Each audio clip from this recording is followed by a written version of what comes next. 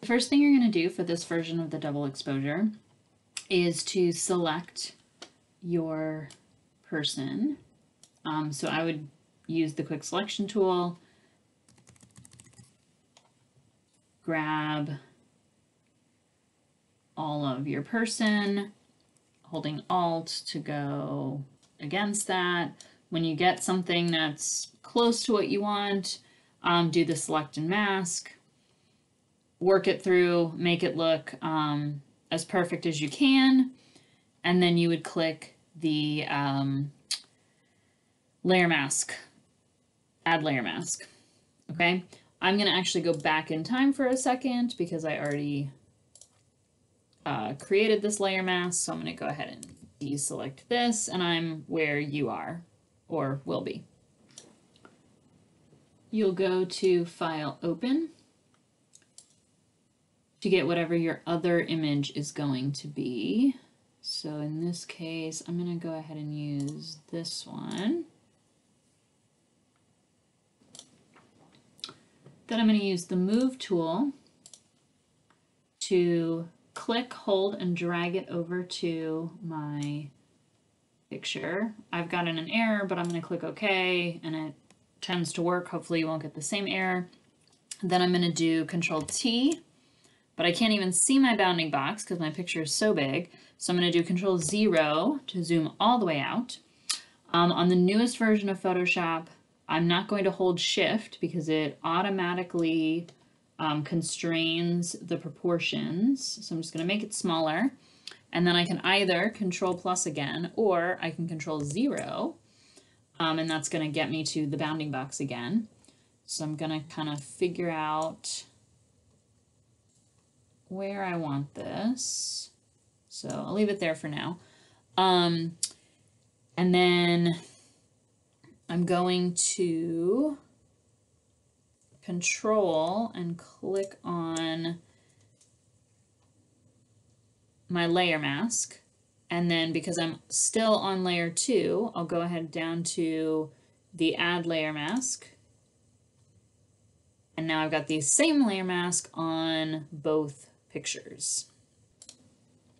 From here, I'm going to click on the link between my my cityscape and my mask, so these can be now moved independently. Oops, and I did that wrong, so Control Z. I want to make sure I'm clicked on the actual picture and not the mask to be able to drag this around to wherever I want it to fit within my picture. Then I'm going to go back to my person, okay, with my layer mask on it, and I'm going to duplicate this with Control J and create a little sandwich. And then I'm going to go to the adjustment layer and click on levels. And I'm going to darken my image a bit to create some more contrast. So I'm going to lighten it up too, just to play around with it. I can always adjust this later too. Once I've got my levels decided on, I'm going to Control click with layer 1 copy, and I'm going to right click and merge the layers together. And then from here, I'm going to change my blending mode. Screen is the recommended one, but honestly, you can play around with any of the others and kind of decide what works best for you. I kind of like soft light on this one. I can also adjust the opacity of this, which will give me a different effect. So I can play around with all of those options.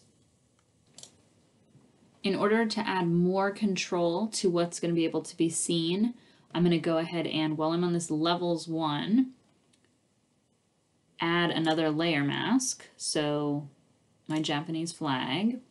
And then from here, if I go to the brush tool and having black as my foreground, I can go in and decide what's seen. And what I like to do here, so it's not too aggressive, is change my flow to about 16–15%. And you can adjust that to whatever works for you, but it's not going to immediately get rid of everything. It's just going to be really, really soft slow bringing in. So I'm gonna get rid of my knee actually there because I don't like how that was. And you can notice in the thumbnail itself, right, the areas that I went over a lot are black and the ones that I didn't are just a really light gray. So I got rid of some of it, but not all of it. And now I'm going to get the background to not be a pure white. So I'm going to turn off this top image for just a sec. I'm going to create a new layer by going to the plus and put this underneath all of these layers. And then I'm going to use the eyedropper tool. And this is going to let me choose a color. And I'm thinking of choosing the sky, but you know, you could choose really any color within the entire picture. Then I'm going to go to the paintbrush tool or paint bucket tool, which is under the gradient if you've never gone there before. So I'm actually going to go down to the paint bucket and click.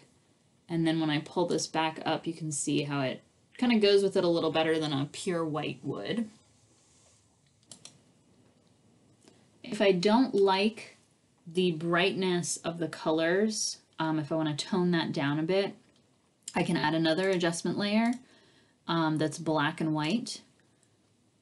And if I change the opacity to around 30, or, you know, I could, again, kind of play with this, right? If it's at 0, I have pure color. If it's at 100, it's pure black and white. So I can kind of go in the middle somewhere if I want to just tone it down a bit. And I can always go back into this later. If I go to the properties, I can adjust individual colors. So if I want the reds to be a little darker or lighter, right? It's, you know, just kind of play around. Same things with, I've got a lot of blue, so I can kind of play with, you know, do I want those to be brighter? If I decide I completely hate it and I, you know, want to reset everything, I can always click on the icon and delete it and click yes, and it'll bring it back to full color. If I want to try again, I can just go back to the black and white filter and play with it again, and then I'll go back because these numbers aren't 0, so that'll just let me reset it. I can also play with the presets. So currently I have it default, and then I can, you know, go to blue filter or darker, etc., etc. To refine it further, I can go to the adjustment layer and levels, and this is going to affect everything on the page right now.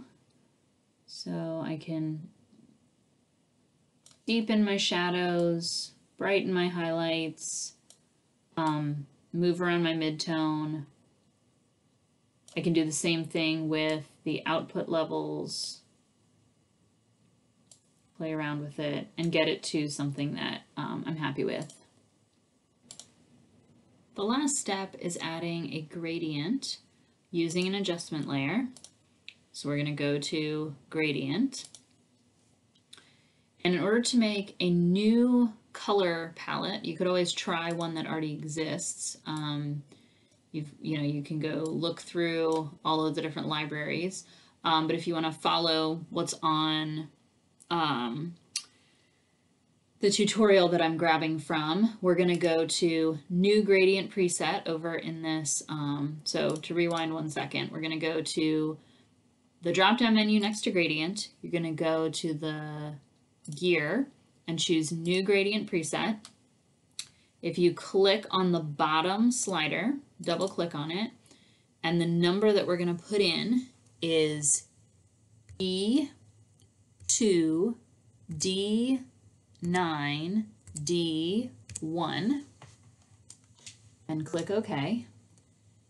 And then clicking on this slider, double clicking on it, the number we're going to put in is 52463B, and click OK. And then I'm going to move this slider to the middle, and then over near the end with my hand, I'm going to add a new stop and double click, And then the number I'm going to put in is OE1133 and click OK. And then I can drag that all the way to the end.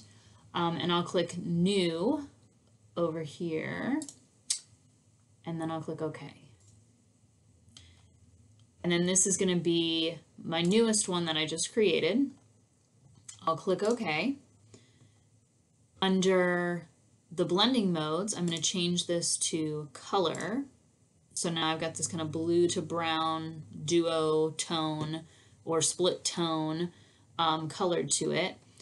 If I don't like the direction that it's going, I can go back to the actual layer thumbnail coloring, and I can change the angle. So I could put the blue at the bottom or over on the side, or wherever I want this to be, and I'll click OK. And then if this is too aggressive, if I want to tone that down a little bit, I can also adjust the opacity. So it's there, but it's not overpowering. If you don't like this, you can always just take it off and go back to what you had before. It's totally your call. And any other changes that you want to make to it, for example, in any of these layer masks, I can continue to work with the brush tool to make certain parts disappear more. So like I could try to get my hair to disappear. I could also turn off this bottom layer to get it to fade more, but all of that's going to be personal preference. So you're just going to have to work through and figure out what looks the best and what you like.